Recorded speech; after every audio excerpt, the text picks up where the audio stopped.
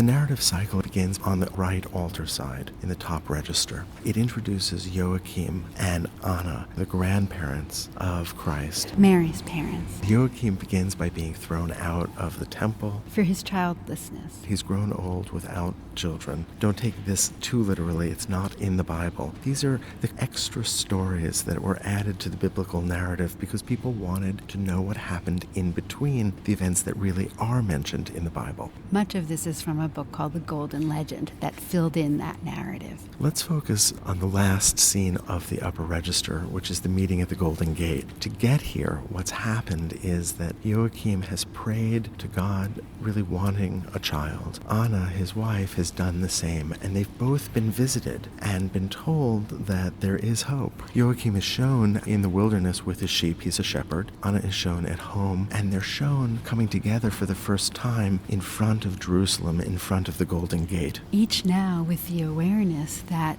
their desire for a child has been fulfilled. We see their faces together. It is a kiss. It is incredibly intimate, so personal. Their faces come together, they touch, and almost become a single face. And we sense the warmth of their embrace, the warmth of the figures around them who watch, and figures who have mass and volume to their bodies, who exist three-dimensionally in space. Gone are the elongated, swaying, ethereal bodies of the Gothic period. And Giotto gives us figures that are bulky and monumental, where drapery pulls around their bodies. And taken together with the emotion in their faces, it's almost like we have real human beings in art for the first time in more than 1,000 years. Giotto, we think, was Cimabue's student and learned from that great master who had begun to experiment with the chiaroscuro, this light and shadow, his ability to model volume and form and mass, but nothing like what Giotto has achieved here. It is the coming together of both the chiaroscuro as well as the emotion, as well as the human interaction that creates this sense of the importance of our existence here on Earth. And I would also add the clarity of the gestures and the narrative. Look at the way in which the city is not rendered in an accurate way. We have a schematic view, and yet it's everything we need. We have the gate of Jerusalem. Now, of course, Giotto had no idea what the architecture of Jerusalem looked like, yet from legend, he has created this golden arch and this medieval-looking fortified city. But the forms are simplified. It's a stage set, and he wants those figures to be front and center. They are what's most important. If we move across to the other wall, the upper register continues the narrative. Mary is born, she's presented in the temple, she's married, and then we get back to the altar side of the chapel, and there we reach the triumphal arch. And we're back to God the Father now, but below that we have the Annunciation. In the register below now, we see scenes from Christ's childhood, including the circumcision, the flight into Egypt, the massacre of the innocents. And then moving to the next wall, we begin the story of the ministry of Christ and his miracles. We have Christ preaching to the doctors in the temple, the baptism, and one of my favorites, the raising of Lazarus. And then the entry of Christ into Jerusalem. As the story unfolds from scene to scene, Christ is often shown in profile, which is derived from the Roman tradition of coinage, which is the most noble way of representing a figure. And he's shown moving from left to right, which is the way that we're meant to read the scenes. So Giotto is helping us to move through the narrative from one scene to the next. And here we see Christ on a donkey with the apostles behind him. You'll notice that Giotto does not care to depict every single one of the 12 apostles. He's really giving us only 3 or 4 faces, and the rest are just an accumulation of halos. There's that legacy of symbolic representation that we think of as more medieval. Symbolic representation is also clearly evident in the way that the gate of the city of Jerusalem is shown once again. We last saw it with the kiss in front of the Golden Gate, and now we see Christ entering, and so there's a continuity. Look at the way in which the figures in the lower right begin to pull off their outer garment. One man is pulling his arm out of his sleeve. The next is taking the garment off his head, and the final one is placing that garment at the feet of the donkey in an act of respect. But it is almost cinematographic. That is part of the chapel as a whole. It is about the movement of time. This is one of the most innovative aspects of the entire chapel, I think. We also have a sense of the figures pouring out of the gate of the city, welcoming Christ, and a real humanity to their excitement at seeing Christ. If you look at Christ, there is a blue garment that's wrapped around his waist, but the blue is almost entirely missing, and that's because the arena chapel is painted in bone fresco,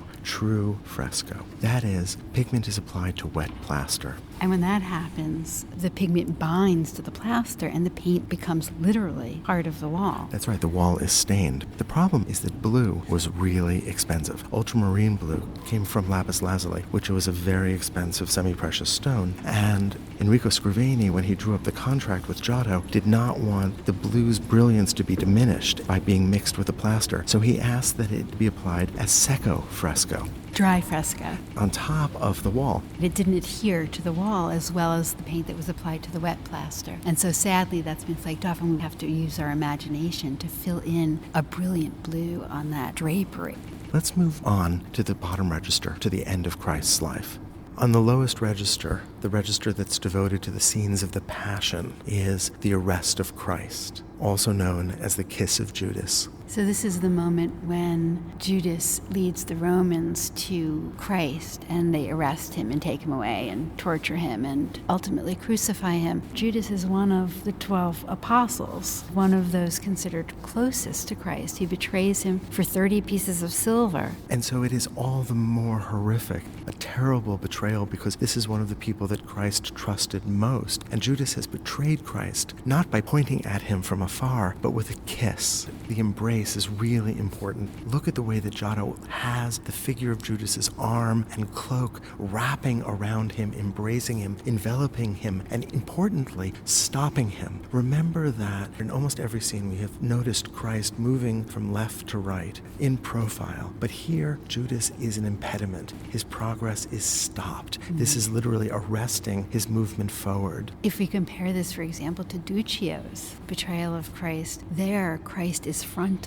Here he's in profile. It makes it so that Judas and Christ look at one another, look at each other in the eye. Judas is a little bit shorter. He looks up at Christ. There's a sense of, to me, determination, but also maybe a hint of beginning to be sorry for what he's done. But still corruption in that face versus the nobility of Christ's features. And a sense that Christ knew that this would happen, right? At the Last Supper, he said, one of you will betray me. And an acceptance of his destiny that we often see in images of Christ. There's also chaos here. Giotto has created this sense of violence by reserving half of the painting, the sky, just for those lances, torches, clubs, and the way in which they're not held in an orderly way, but they are helter-skelter crossing at angles. They create this violent visual rhythm that draws our eye down to Christ, down to Judas, but also feel dangerous. But there's that sense of Judas and Christ anchoring the composition down as that chaos takes place around him. The most remarkable figure to me, though, is the figure in that pale purple who leans his left side of his body and his elbow out of the composition, almost right into our space. It's amazing, and it almost prefigures the way that Caravaggio, who centuries later will master this idea of breaking the picture plane. And then we also see another device that Giotto employs often in the Arena Chapel, and that is a figure with his back to us. And that figure seems to be pulling something that's out of the space of the panel. But look at his feet,